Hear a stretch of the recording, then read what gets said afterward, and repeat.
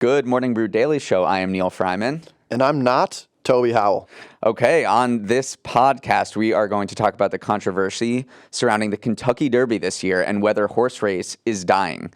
And not Toby and I will pick our winners of the weekend, and truly they could not be more different. We have a great show lined up. We're also going to discuss what Warren Buffett talked about at the annual Berkshire Hathaway conference, and Elizabeth Holmes talks to the media for the first time since 2016. Neal, let's ride.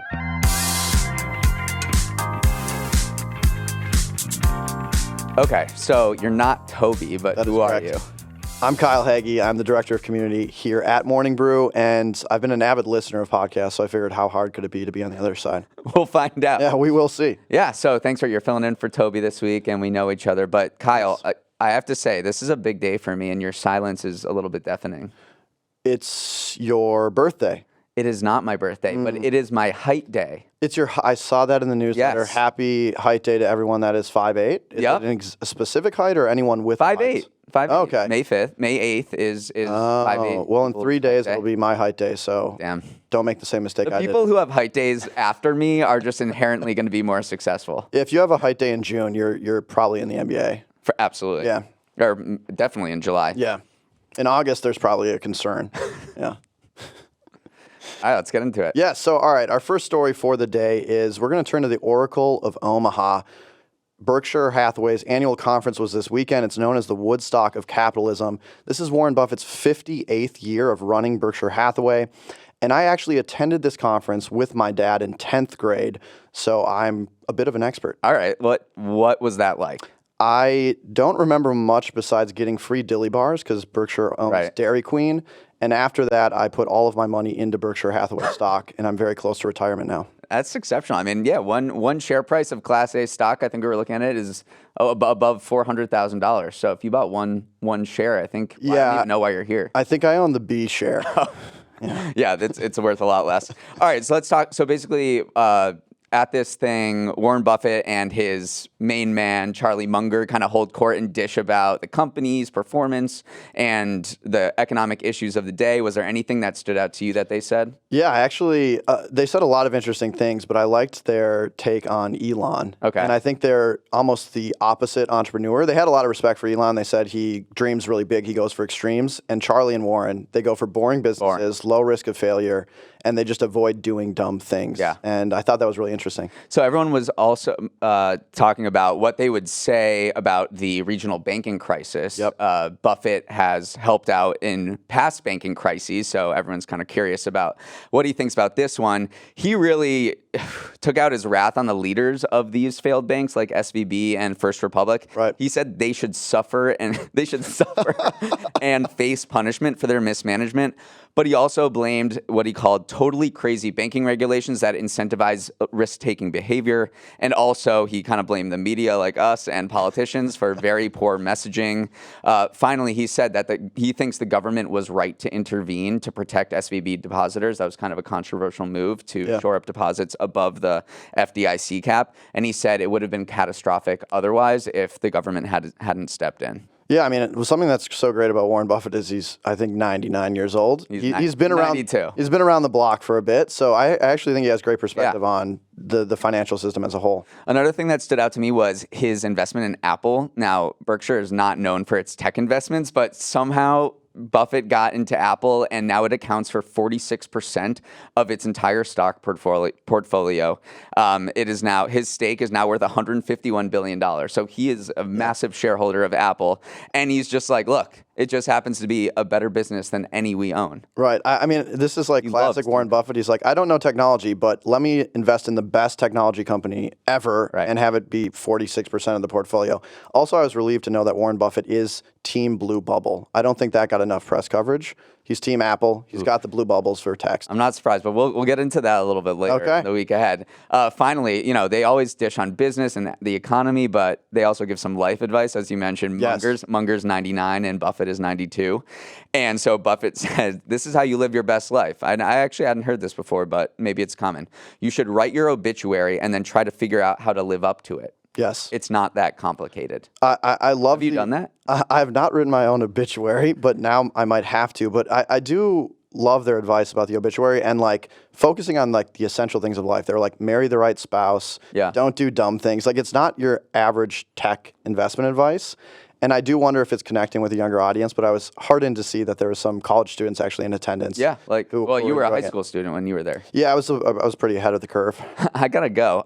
Let's just, before we move on, let's talk about how the business did. Like, how did Berkshire Hathaway do? Because this is where they report their earnings. And just for people who aren't so familiar, Berkshire Hathaway is a massive conglomerate. It wholly owns big stakes in these kind of, you mentioned it, like these unsexy companies like railroads and paint, I think.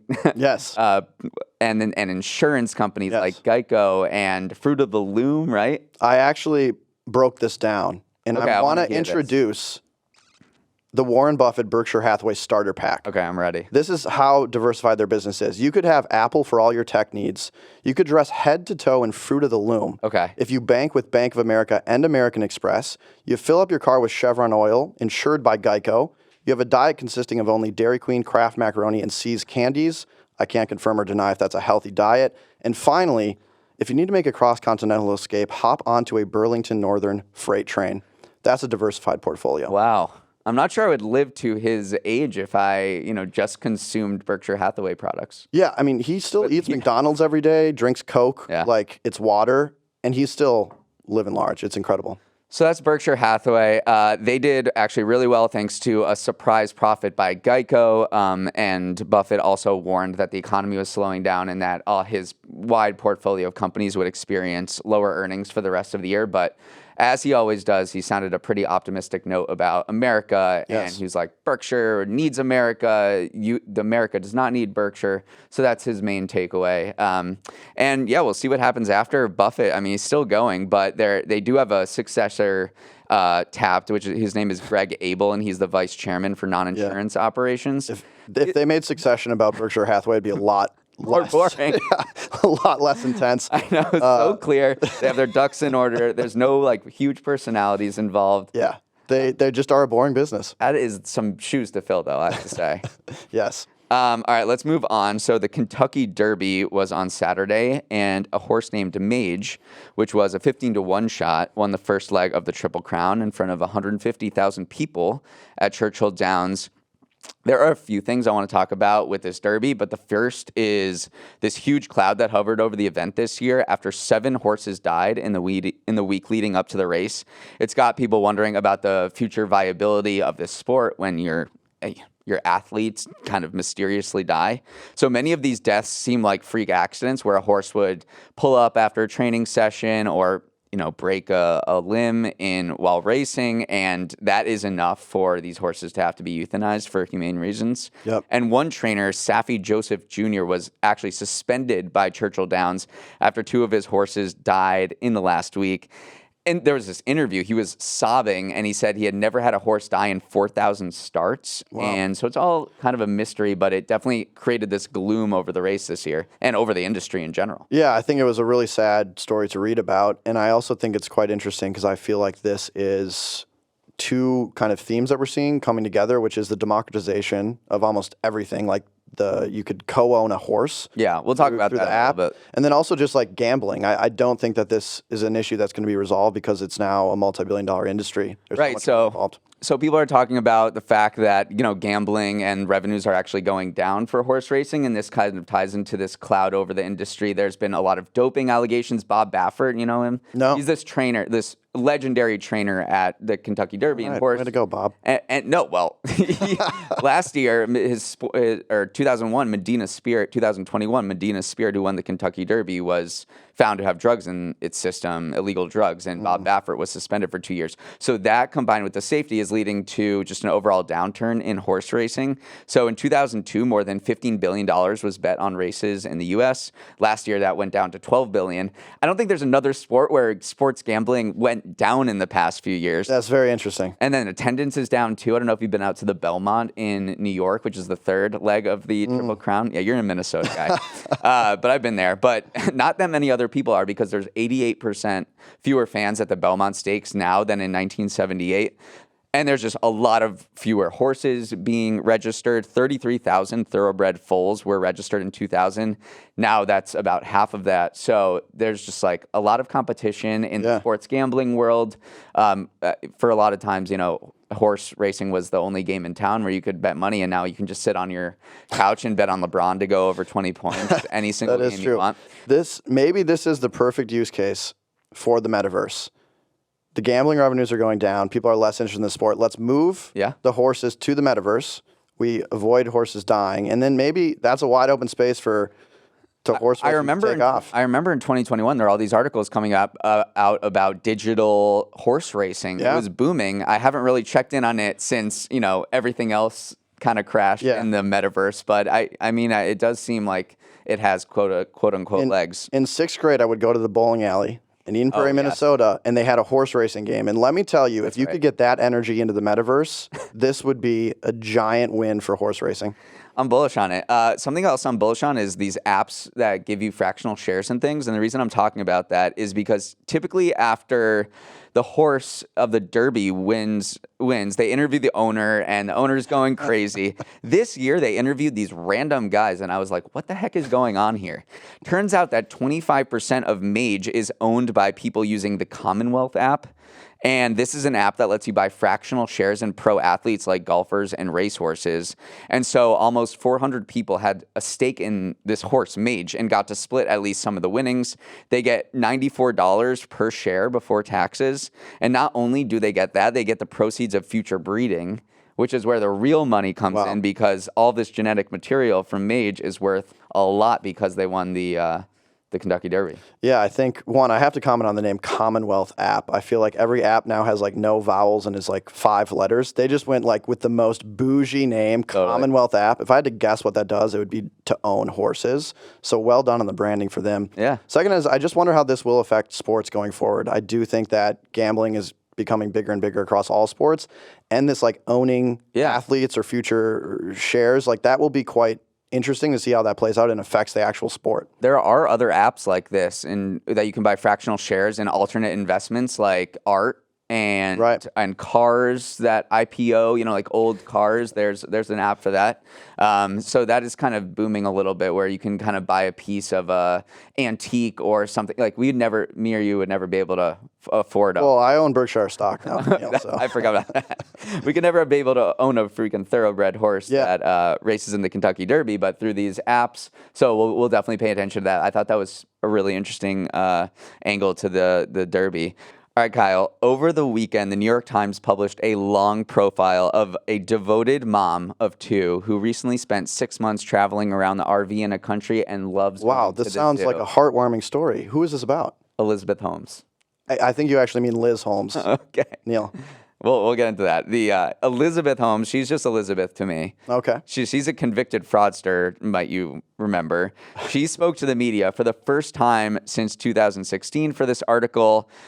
So anytime you write a article about a convicted fraudster and paint her in like not the worst light in the world, you would get some criticism. And the New York Times got a lot of criticism for running this article. It did not help that they also gave some not so awful press to Sam Bankman-Fried right after he was convicted too.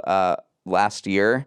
So this just gave New York Times critics some ammo. There was some pushback in the other direction, saying that the writer of the piece kind of knew what she was doing, because you kind of have to get close to your subject and disarm them a little bit and give them a little bit of flattery so they open up and say some like really wild stuff and, implicate themselves when they talk. And you don't have to. It's just like a little more of a nuanced reading. Yeah. But I don't know if I'm convinced by that. Either way, what were your takeaways from this article? I think 2 main ones. The first is, I think it's hard to have an actual interview that you can feel confident with Elizabeth Holmes, because, part of her whole persona is her ability to fabricate the truth. And so you're reading it and you're not sure what to believe or what not to believe. My second takeaway is, I need a full-on documentary about the husband. Like, I don't think they're the husband. I think they call it the romantic partner. The romantic partner. Yeah. No, I do too. They have kids together. They met during... All of this stuff was pretty out in the open about who she was as a person. So I need to go deeper on that. Some other things from the article. She talks about Theranos as if it's her baby. Like she said, I devoted my whole life to it since since I was 18. So she like compares the loss of Theranos to the loss of a child. She went to Burning Man with this romantic partner, Right. and they burned an effigy of Theranos while at Burning Man. Oh, well, I think her prison sentence can be relieved then. And then the final thing was this great anecdote about she went to a doctor, or her kid went to a doctor, and the doctor said, "You look a lot like that horrible woman," and then eventually figured out that she was Elizabeth Holmes, and she goes, "Yes, I am Elizabeth Holmes," and then he goes, "I am so sorry," and then she said, "Don't be, all you know is what you've read." Yeah. Also, I need more details on this doctor. I don't think in med school they tell you find a person that your patient looks like and call them horrible. That's not what they teach. And then say, "I'm sorry that you're Elizabeth Holmes." Anyway, Holmes has successfully delayed her prison sentence, so she's still appealing and booked a one-way flight to Mexico that everyone kind of raised their eyebrows about. Yeah. Why do you need that? You're going to prison. But yes, she at some point soon will enter prison to serve her sentence of 11 years for defrauding investors of hundreds of millions of dollars in one of the biggest corporate frauds in history. Yes. Well, let's talk about another tech founder on winners of the weekend. Yes. And I think there's two paths you can take as a tech founder. You either end up 11 years in prison for fraud, or you become obsessed with jiu-jitsu. And Mark Zuckerberg has chosen the latter. Okay. The winner of the weekend is Mark Zuckerberg, the CEO of Facebook, who actually just won 2 medals at a jiu-jitsu competition. I believe he took up jiu-jitsu during COVID as something to do. I feel like Facebook needed a W. The metaverse is not really going anywhere. Their currency is a joke. And he kind of took matters into his own hands, and he secured the W for Facebook. Neal, what does this do for Facebook stock? Yeah, to the moon. To know your founder and CEO is, a beast at martial arts. Right? Imagine trying to negotiate the next acquisition with Mark Zuckerberg, and you see what he's pinned this guy. That's incredible. I don't even know what to say about Mark Zuckerberg. He knows how to meme himself. Yes. We've had many versions of Zuckerberg's memes. We've had BBQ meets. Of course. Zuckerberg. We had surfing. Zuckerberg with Zuckerberg with the what was sunscreen on that his thing face. called? Parasail? Parasailing with the American No, not flag. parasail. It was some weird It's like a water rich. sport. It's like a rich board. person Yeah, water yeah. sport, They don't even show it to me on Amazon. They're like, you can't afford it. And now we have jiu-jitsu, Mark. So his ability to get memed is incredible. You know who else was into jiu-jitsu? I remember seeing the documentary on this. Anthony Bourdain.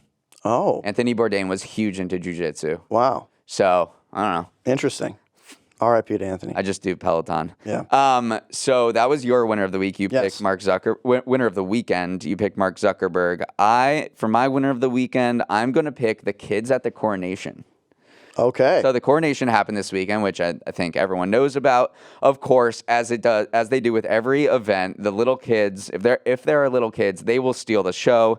So Prince William and Kate Middleton's kids, who are George, Charlotte, and Louis, were there and just looking bored, sticking out their tongues, looking like little Star Wars nymphs. So George is 9 years old, and he's second in the royal line of succession after his father, Williams.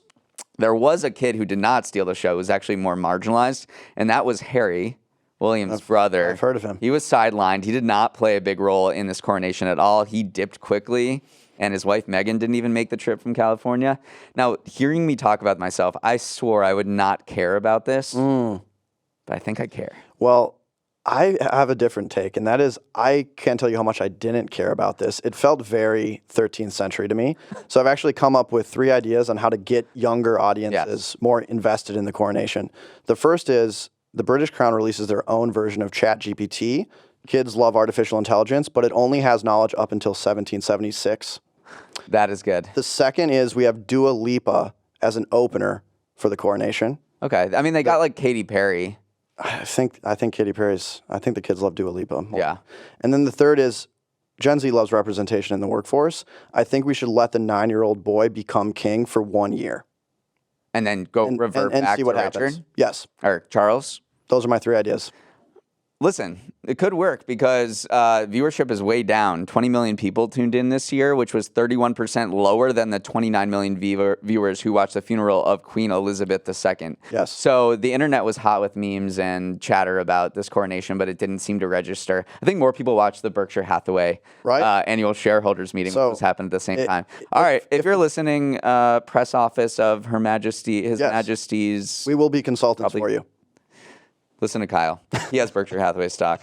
All right, final segment. Let's get into the week ahead. Let's do it. It is a massive week on tap for the economy. Debt ceiling issue is going on. Biden, GOP House Speaker Kevin McCarthy, and other congressional leaders are meeting tomorrow to discuss raising the debt ceiling. This is bad news if this doesn't happen. Janet Yellen has warned that the U.S. could default as soon as June 1st, which it's my height day. It's 5'8" right now. It's only a few weeks away. Absolute economic catastrophe if this doesn't happen. The Republicans are trying to use their leverage as the controlling party of the House to stuff in their priorities, like budget cuts to a debt ceiling increase. Democrats just want a clean increase, and there's a stalemate. There's this game of chicken going on. This problem is just so much more important than anything else going on, because if we don't get a deal, then you open your Robinhood and you will just see zeros everywhere. So that might be the angle that we get people to really unite on this. Like, if you want to open your Robinhood and see green, tell them to pass this. I do think that it's very interesting now. We're always trying to package other policy objectives into bills, which complicates it. Yeah. And I think the other thing is just we don't have an ability to have a united front on something that seemingly is important for every American. I loved your analogy of chicken. It does feel like we're playing a game of chicken, but we're all in the car and we just want to go home and watch Netflix. And then what else is happening is 2 pandemic-era policies are ending on Thursday. You have Title 42, which is the immigration law that allows the U.S. to expel migrants back to Mexico really quickly. That's coming to an end. And the U.S. is also ending its public health emergency for COVID-19. That won't affect the availability of treatments and vaccines. We also have Legend of Zelda: Tears of the Kingdom coming out on the Nintendo Switch on Friday. It's the first Zelda game in 6 years after Breath of the Wild. Yeah. Might have to buy a Nintendo Switch for this. The last Zelda game I remember is Ocarina of Time, and it was a banger. So I might have to get a Switch as well. Last couple of things are the Google event, which I'm a Google Pixel guy, so I'm excited to see they're supposed to reveal announcing that live. People know. They all know. They might release the Pixel. They're going to release the Pixel folding smartphone. There's Eurovision tomorrow. That's kicking off in Liverpool. Ukraine won last year, but typically the winning country will host the next year's competition. You're not really going to host anything in Ukraine right now, so they moved it to Liverpool, and so the UK people are hyped, probably more hyped about that than Coronation. Right. The Pulitzer Prize is being handed out today, so I got my fingers crossed. I'm feeling good for you. Yes, my deep dive into the Death Star's collapse and how the galactic economy will have to bail out all the banks, I think is... As a Berkshire stock owner, I actually get a vote, and I voted for you. And then finally is Mother's Day on Sunday. So. Oh, yeah, no, I totally knew that. Dory Hagge, I totally knew that. You have 1 week. This is your warning. I have 2 takes. Now that COVID has officially declared over the pandemic, can we go back to paper menus? I need paper menus. I'm not scanning another QR code. The pandemic's been declared over by the World Health Organization. Back to paper menus. I was with my family yesterday. We were getting food at a restaurant, and they were just complaining the whole time about the QR code menus. So I agree with that. I don't think it's going to happen though. Second thing, who wants a foldable phone? I've not spoke to one person that wants this. Why are companies making foldable phones? Because they think people want them that you don't talk to because you're living in a bubble. All right, I guess I'm in an iPhone bubble. All right, Kyle, that was great. You're going to be with us for a few times over the rest of the week. I think so, unless this went so badly that they pull me. We'll find out. Yeah, we'll debrief afterwards. Stay tuned for tomorrow if I'm back. I have some thoughts. Listeners, if you are want to get in touch with us, please, you can always email Kyle and I and Toby and the rest of the team at morningbrewdaily@morningbrew.com. Big thanks to everyone in the control room for making this show possible. Our producer and editor is Emily Milliron. Our technical director is Dan Bauza. Samantha Velez and Raymond Liu are our associate producers. Billy Menino is on audio. Hair and makeup is still being pinned down by Zuck at Jiu-Jitsu. Devin Emery is our chief content officer, and our show is a production of Morning Brew. Have a great week, everyone. Thanks, Kyle.